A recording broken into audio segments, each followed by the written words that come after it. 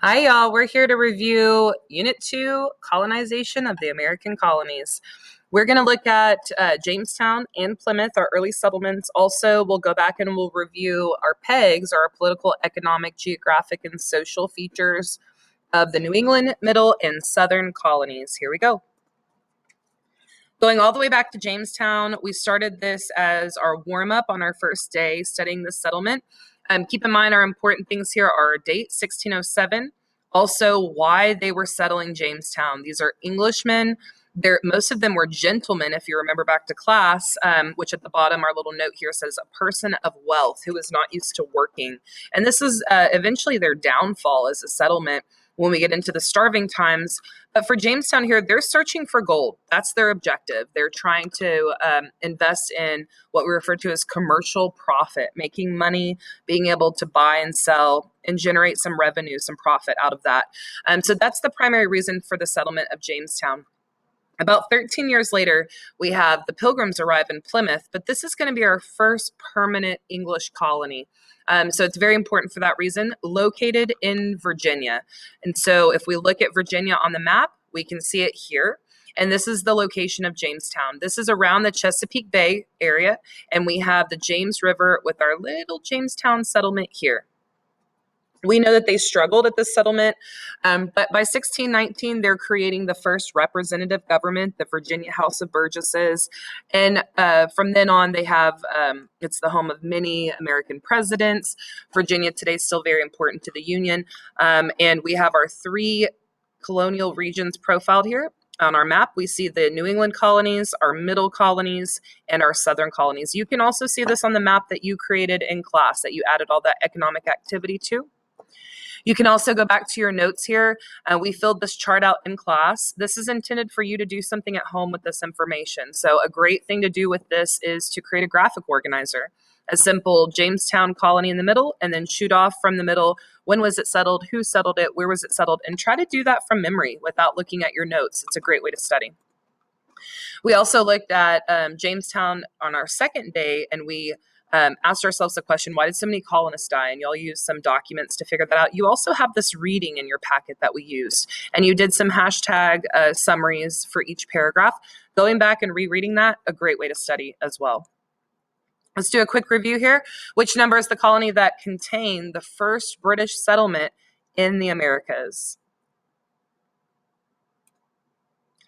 And which number is the settlement created by the Pilgrims?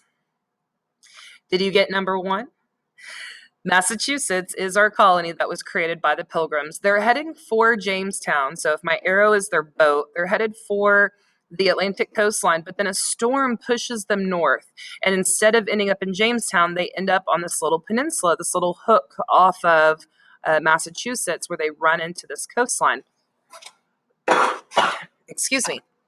Those Pilgrims are going to have either a mistake or a fortunate mistake in being separated from Jamestown. They're able to start their own new lives, and they even create their own first written government, which we'll talk about next. We see here our Pilgrims arriving on the shores of America and their boat leaving them. Before they got off that boat, they made an agreement with each other. Let's review that agreement. This is the Mayflower Compact. This Mayflower Compact was written in 1620, and this video, the Drive-Through History Mayflower Compact video, is also in Canvas if you want to go back and watch that one again. Why is this document so significant? Well, the Pilgrims are committing themselves to each other. If we think back to our written example here of the Mayflower Compact, this is a social contract that they've drawn up together. And if we look at just these lines in the middle, they're making a promise to each other. A covenant is a promise that they're going to combine themselves together into a civil body politic for their better ordering, which basically means that they understand the importance of government, that they're not going to be very successful unless they have some type of organization to help them get through the hard times that they know that the people at Jamestown experienced. And if they're a little better organized, and they have a way to govern themselves, then they'll possibly do better as a colony, and they do.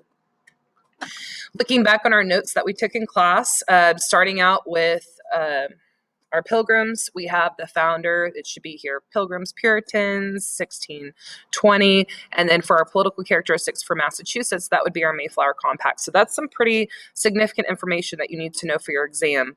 Let's go back and review New England for a second and our people here.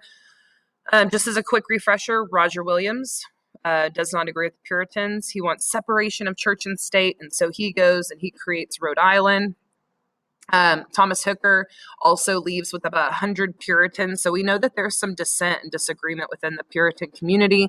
Something ironic about the Puritans is that they're seeking out escape from religious persecution, and they want to practice their religion freely, but they don't want anyone else to. And they make it a habit of kind of banishing people who argue with them. And Anne Hutchinson is one of these people. Anne Hutchinson's our ultimate survival. She's banished to Rhode Island for speaking out against the Puritan church and the political leaders in Massachusetts who happen to be the same people. And then Thomas Hooker, when he's in Connecticut, he also creates the very first written constitution called the Fundamental Orders of Connecticut. And this is going to influence all the other colonies that come after it to do the same, and even the U.S. Constitution. This tradition begins in Connecticut with Thomas Hooker.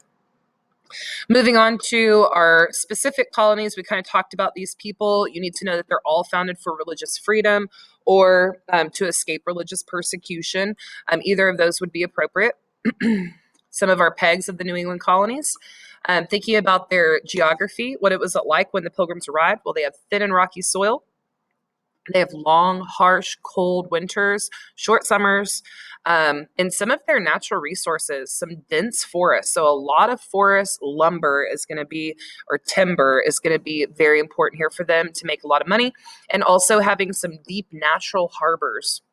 These deep harbors are going to allow for ships to import and export goods, and also shipbuilding, because of those dense forests, is going to become a primary economic activity in the New England colonies. So a big focus here: timber, lumber, shipbuilding, dense forests, deep harbors, and these really define the New England colonies.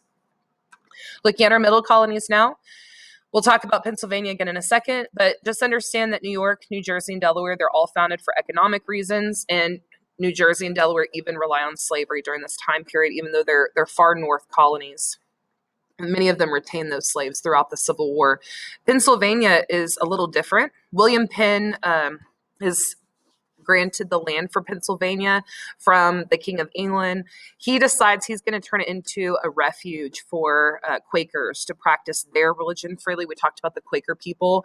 And because of the Quakers and their own religious policies, Pennsylvania, unlike the Puritans, Pennsylvania becomes very inclusive and diverse. And so there's lots of different types of people there, different religions, different languages, and they have a very diverse culture, which is continued still today to be a common tradition in America.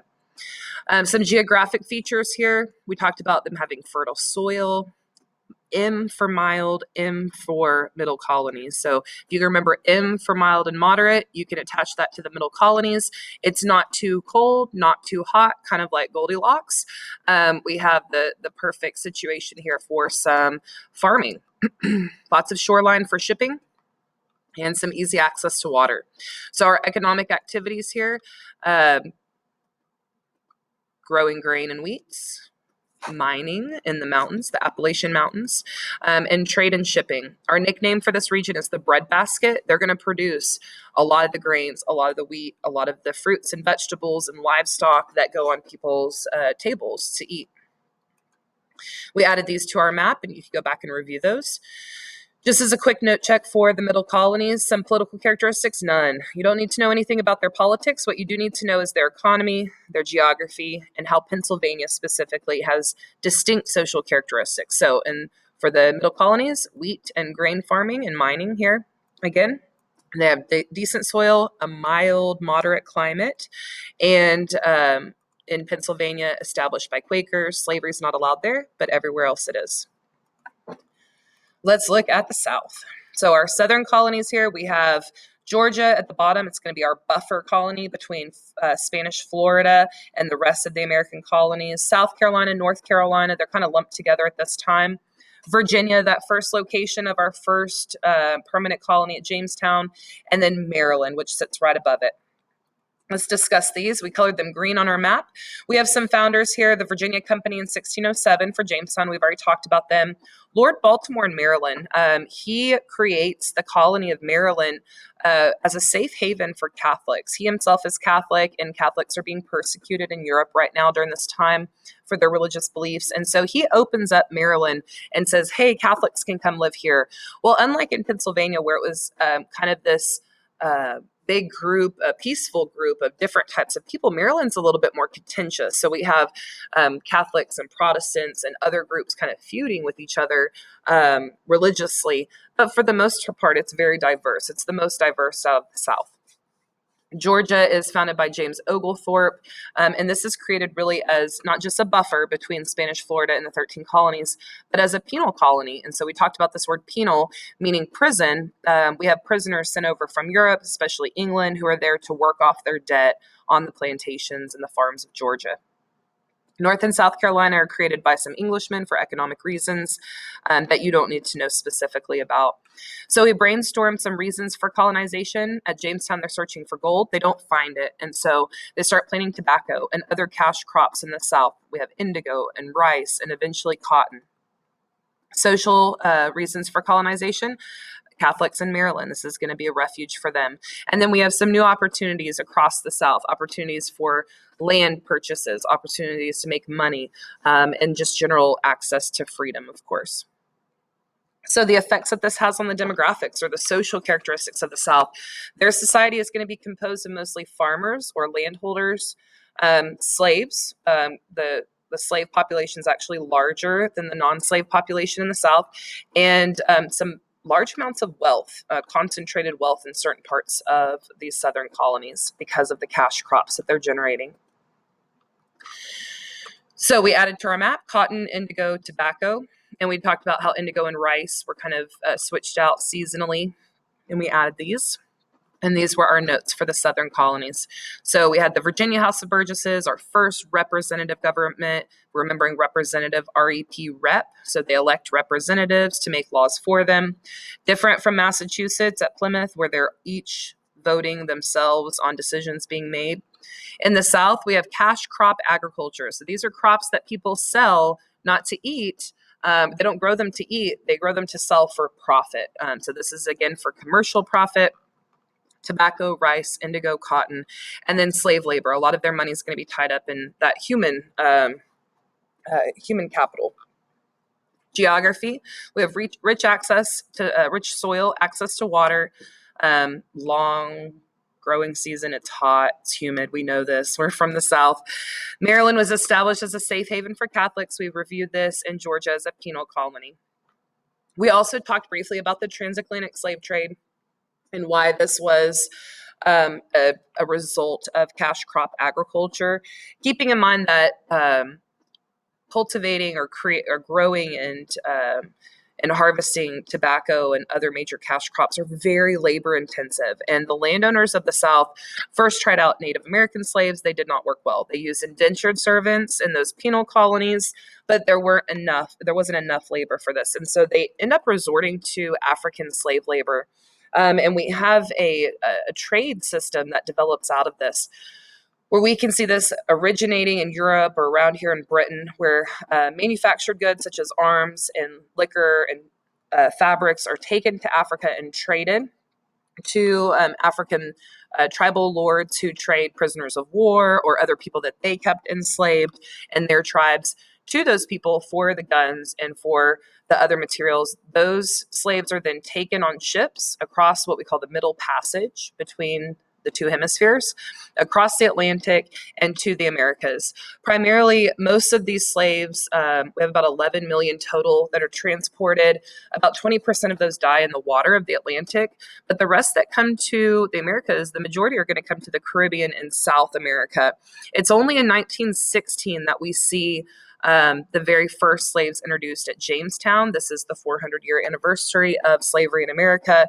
And slavery is going to expand rapidly after that. And that's really because of cotton. And we'll talk about that later.